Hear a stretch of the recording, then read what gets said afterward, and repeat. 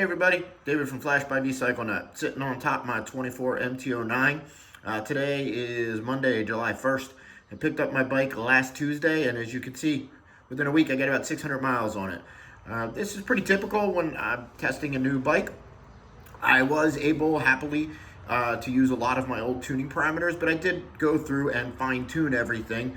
I'm not going to buy a new bike and then just say, hey, it's close enough, and go from there. So I just wanted to go over a few things on what you can expect from my Flash.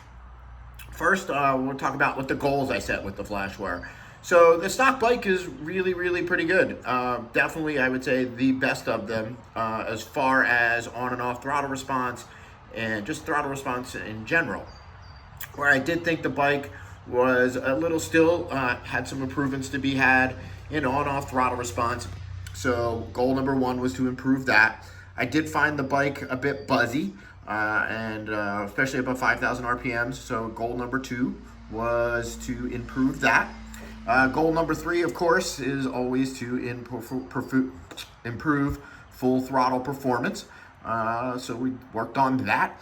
And side goal was to not put the fuel mileage in the gutter while doing so. So I know for most of people are like me, where it's about miles per mile and not about gallons or miles per gallon. But I do get a fair enough people that reach out and ask about it. So I did track my fuel efficiency after the Flash.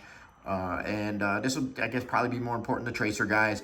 As a side note, if your fuel mileage is really a priority of yours, you should probably leave the bike stock. Your fuel mileage is going to get worse, obviously, as we open up the intake and the exhaust and tune it to match those things. So let's talk about my different throttle modes and what you can expect. So one of the things I do like on the new bike is we have this right here to how to adjust things.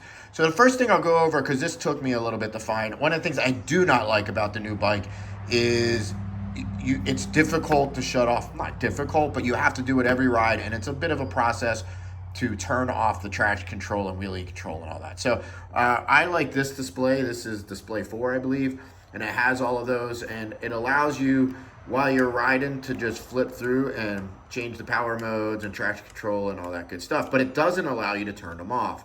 To do that, you got to go back to the original screen, and we hit the menu button, and we'll get the settings. We confirm it with the center. We switch down with the toggle to vehicle function, enter on that, and go to stability control on and off. Hit the first traction control, and it will turn them all off. You have to do this. If I turn the bike off, turn it back on, I gotta return them off. So that's not cool. So let's do that. So we'll talk about the throttle modes.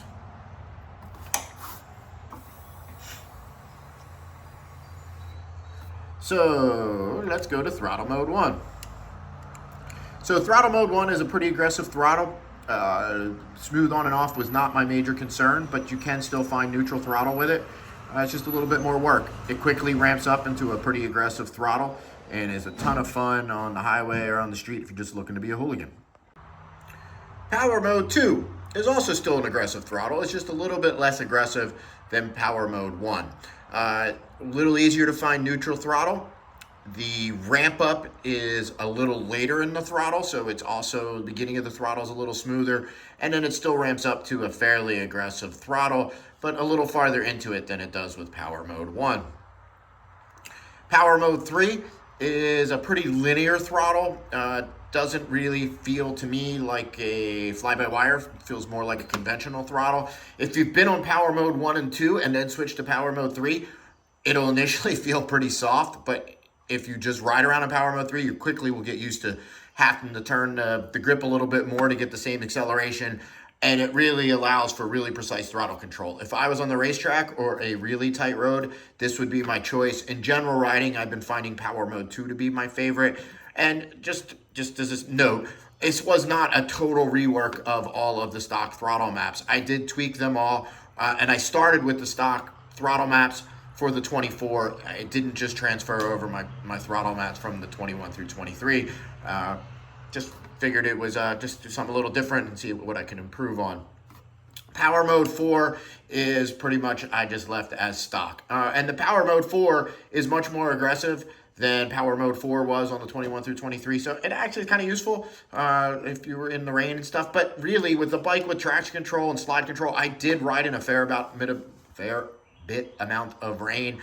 And I still left it in Power Mode 2. I just turned the traction control, I left it in Power Mode 3 and just turned the traction control and slide control up a little bit. So those are the power modes and what you can expect. So I cannot quantify part throttle response and just throttle response in general, unfortunately. But I did several rides with back-to-back stock ECU versus flashed ECU, and it is just a little more refined, a little smoother, especially at the lower RPMs. Just a nicer throttle response, a little easier to find neutral throttle. So let's get to the full throttle performance. So this is the dyno runs of my stock bike. And you can see I did 3 pulls. Just verify that these are legit numbers. Looking right at around 107.8 horsepower and 64.8-ish foot-pounds of torque. And here I show all of the gears, 2nd through 6th gear, and you can see it drops off as we go down, and this is pretty normal. You can see a horrible curve there on 2nd gear. Wait till we see how that compares to the flashed ECU. And one of the things I forgot to mention is, a goal actually, is to really improve part throttle acceleration. And that is definitely noticeable pre and post flash. And again, nothing I can quantify, unfortunately. And here is what 5th gear looks like after the flashed ECU. Again, a couple pulls just to show not a hero run.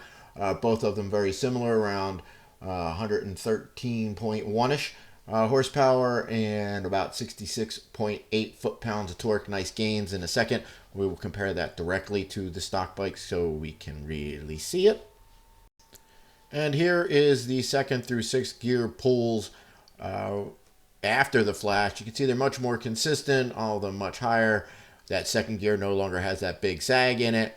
So much improved. We definitely achieved that full throttle performance goal. And let's go look at these each gear by gear. And here is when we compare them in 2nd gear. And I don't know what was going on at Yamaha for them to neuter 2nd gear so bad, but that is absolutely horrible. And you can feel it when you're riding a bike. So yeah, goal of fixing 2nd gear is done. Totally different feeling bike in 2nd gear. And 2nd gear makes much closer to peak power than it does with the stock ECU. Looking at just 3rd gear, we see we gained about 6 horsepower and just better from idle to red line. 4th gear, more of the same. Looking good. And here's our 5th gear comparison. This is the one you're going to see most people comparing. Typical, we do these runs in 5th gear because it's the closest to 1-to-1. And yeah, you can see the extended red line, just more power everywhere, and just a big jump really with that 6 horsepower. Really big jump for a stock bike flash. And more of the same in 6th gear. So we can see we definitely achieved the goals of full throttle performance. Let's take a look at that fuel mileage. So I did about almost 130 miles on a tank full. Was moderately aggressive, but not crazy. You know, anybody that rides CP3 knows you can really drop the fuel mileage to crap if you're really aggressive. But I wasn't being overly cautious either with the throttle. And I got about 130 miles, and I put just a little bit more than 3 gallons in it. And when I do the math, it averaged out to 42.3 miles per gallon. Second part of the trip, if you look down at my handlebars, you can see they're wet. It was raining. So I was being pretty chill. And this kind of shows the potential of what we could do. It was a little bit more than 90 miles, put about 1.789 gallons of gas in it. This comes out to 50.41, so that's pretty efficient. We can see that the computer averaged it out to 42.6 during these 2 rides, so not too bad, So I got a new filter and airbox lid coming so I can play around with some airbox mods and filters, see what kind of gains we get. Also have a bunch of different exhaust systems heading my way that I'll be fully testing on the 24. Once I get everything fully developed, I'm planning to go a little farther with this than I did in the 21 through 23 with try a set of cams on it and see what we can gain. So thanks guys for watching. Remember, hit that subscribe and like button for more motorcycle related content, and there will be a lot of 24 specific content moving forward.